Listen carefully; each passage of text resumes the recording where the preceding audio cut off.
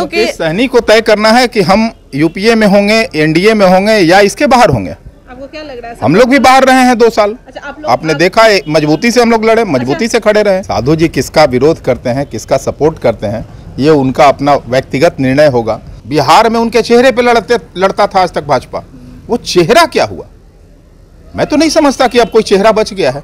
अगर चेहरा होते तो 1000 ही मतदाता क्यों ट्रांसफर होता? 2 जगह उपचुनाव हो गए हैं, अब कुढ़नी की बारी है। वहां पर क्या आप लोग अपना कैंडिडेट खड़ा करने वाले हैं? अभी इस पे कोई ऐलान नहीं हुआ है, फैसला जब तक नहीं आ जाता। वैसे तो हमारे राष्ट्रीय अध्यक्ष ने कहा था अभी पटना पहुंचते ही एयरपोर्ट पे कि हम समर्थन करेंगे। अनंत सिंह जी के पक्ष में जिन्होंने नहीं वोट किया है, उन्हें अगर पीटा जा रहा है तो ये बेहद दुर्भाग्यपूर्ण है। बीजेपी वाले ही कह रहे हैं। अगर भाजपा के लोगों ने वीडियो डाला है तो भाजपा के लोग सत्यापित इसको कर रहे हैं। नमस्कार, आप देख रहे हैं लाइव बिहार, मैं आपके साथ रूपम।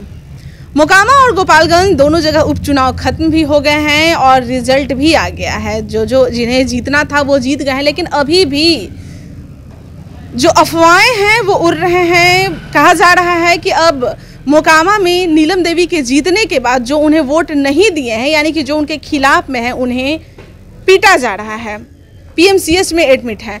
बीजेपी के द्वारा भी पेज पे पोस्ट किया गया है, वीडियो है, फोटो है और ललन सिंह के यहाँ से जो है वो बार बार इस तरह से बताया जा रहा है। बीजेपी के लोग भी कह रहे हैं। आज हमारे साथ लोजपा रामविलास पार्टी से राजेश भट्ट जो कि मुख्य प्रवक्ता हैं, वो हमारे साथ जुड़े हुए हैं। हम थोड़ा इनसे ही जानते हैं कि क्या सच है। आप लोग तो उनके साथ में, बीजेपी के साथ में हैं, क्या कितना सच है इसमें, क्या लग रहा है आपको?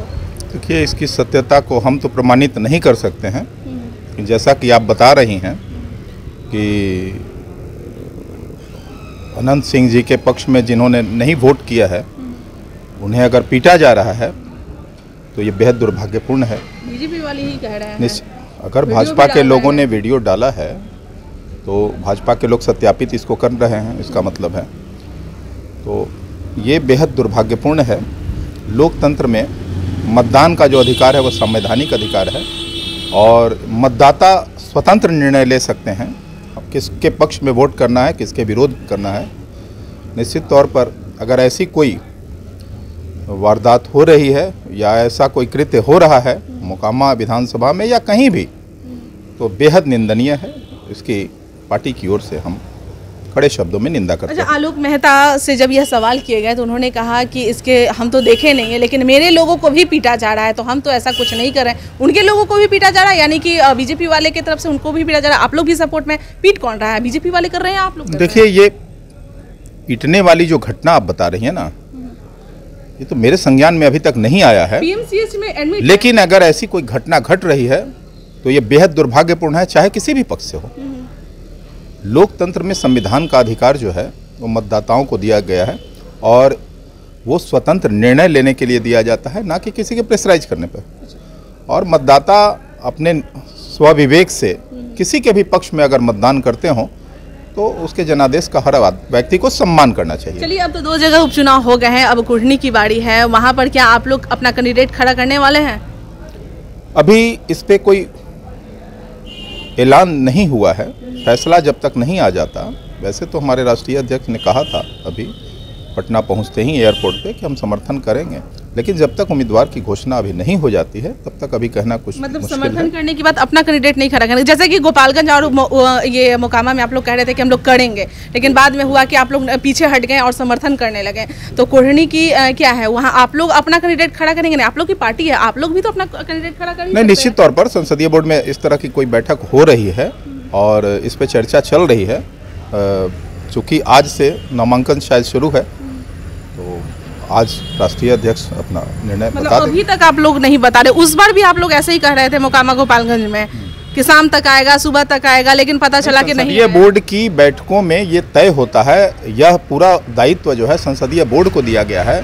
संसदीय बोर्ड उम्मीदवारों का चयन करते हैं और केंद्रीय संसदीय बोर्ड को बताते हैं। केंद्रीय संसदीय बोर्ड पार्टी के राष्ट्रीय अध्यक्ष के सुपुर्द करते हैं उन नामों को और राष्ट्रीय अध्यक्ष की अंतिम मुहर लगती है। राष्ट्रीय अध्यक्ष ने अगर कोई फैसला ले लिया है तो निश्चित तौर पर पार्टी का सर्वमान्य फैसला है। मुकेश सहनी वहाँ, उन्होंने अकेले लड़ने का फैसला लेते तब भी हम लोग खड़े रहते। किसी के पक्ष में समर्थन करने की बात उन्होंने की, पार्टी का देखी एक एक नेता, एक एक कार्यकर्ता मोकामा और गोपालगंज दोनों विधानसभा में मजबूती के साथ भाजपा के पक्ष में खड़े रहे। तो हम लोगों के पार्टी में एक डिसिप्लिन है, अनुशासन है, और उस अनुशासन के तहत एक एक कार्यकर्ता, एक एक नेता राष्ट्रीय अध्यक्ष की बात का एक चीज और मुझे बताइए, मुकेश सहनी कुढ़नी में बोल रहे थे कि हम अपना उम्मीदवार खड़ा करेंगे, हमने सपोर्ट भी किया है अभी ये आरजेडी महागठबंधन को। तो क्या लग रहा है आप लोगों को कि ये जो जदयू और ये जो आरजेडी के जो मेल मिलाप हैं और वहाँ से ये कर रहे हैं कि हम अपना ये करेंगे, तो ऊपर ऊपर है या फिर? देखिए, लोकतंत्र में किसी को भी अपना उम्मीदवार उतारने का हक है, और अगर मुकेश सहनी जी अपने पार्टी की ओर से अगर स्वतंत्र कोई उम्मीदवार उतारते हैं तो निश्चित तौर पर तो फूट होगी ना पार्टी में। ये तो मुकेश सहनी को तय करना है ना कि किसके साथ खड़े रहेंगे। उस पर हम लोगों को का कोई कहने की कोई आवश्यकता ही नहीं है, और ना ही हम लोग कोई बीच में दखल देने वाले होते हैं। चले बीच में अब तेजस्वी यादव के सहनी को तय करना है कि हम यूपीए में होंगे, एनडीए में होंगे या इसके बाहर होंगे।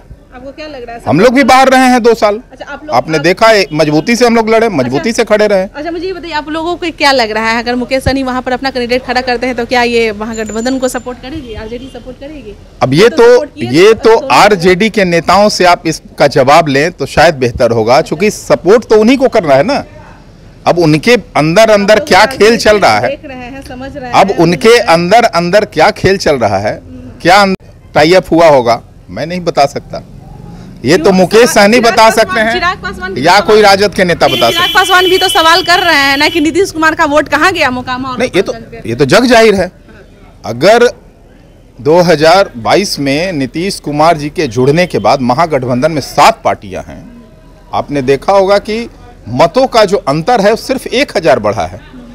तो ये तो बहुत चौंकाने वाली बात है ना कि नीतीश कुमार जी के जो फैन एंड फॉलोअर्स और जो समर्थक, नेता, कार्यकर्ता या मतदाता उनके पक्ष में, चूंकि कहते हैं कि बड़ा चेहरा है, बिहार में उनके चेहरे पे लड़ता था आज तक भाजपा, वो चेहरा क्या हुआ? मैं तो नहीं समझता कि अब कोई चेहरा बच गया है। अगर चेहरा होते तो 1000 ही मतदाता क्यों ट्रांसफर होता?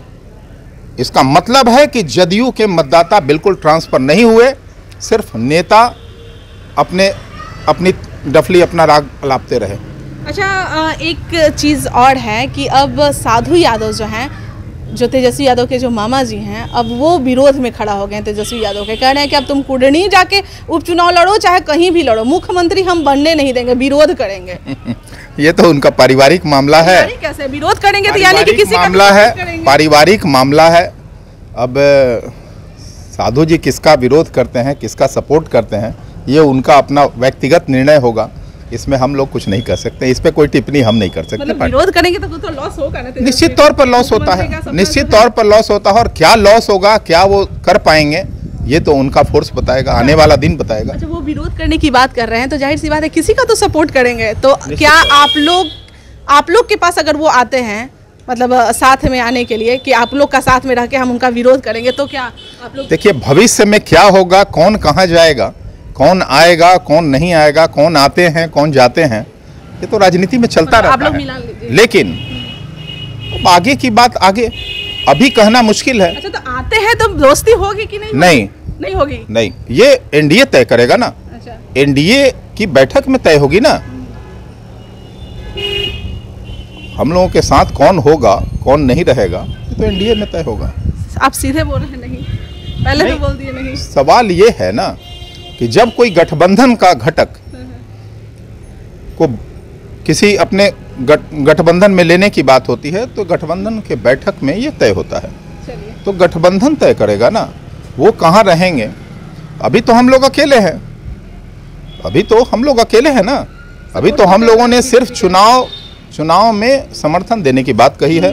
अभी तो हम भी गठबंधन में नहीं, समर्थन आप लोग, इसलिए हम लोगों के साथ कौन आएगा, कौन जाएगा, ये हमारे वो भी कहेंगे कि हम भी समर्थन करेंगे, राष्ट्रीय अध्यक्ष तय करेंगे। अच्छा, किसका समर्थन लेना है, किसका नहीं लेना है। चलिए बहुत बहुत धन्यवाद। तो राजेश भट्ट जी हमारे साथ जुड़े हुए थे, और जैसा कि अभी उपचुनाव एक जगह और कोढ़नी की बात करें तो वहाँ होने वाला है, और जैसा कि ये बता रहे हैं कि अभी हम लोग तय नहीं किए हैं कि हमारे उम्मीदवार खड़ा होंगे कि नहीं खड़ा होंगे, लेकिन साधु यादव तो साफ तौर पे ऐलान कर चुके हैं कि हम तो विरोध में जाएंगे ही जाएंगे अपने भांजे का। कैसा भांजा, वो जैसा कि पहले कह ही रहे थे कि कैसा भांजा मेरा, जब वह गार्जियन ही नहीं मुझे मांगता है तो भांजा कैसा, यानी कि मुख्यमंत्री का जो सपना है वो पूरा नहीं होने देंगे साधु यादव। चलिए फिलहाल के लिए बने रहे लाइव बिहार के साथ। धन्यवाद। लाइव बिहार यूट्यूब पर सब्सक्राइब और फेसबुक पर लाइक जरूर करें।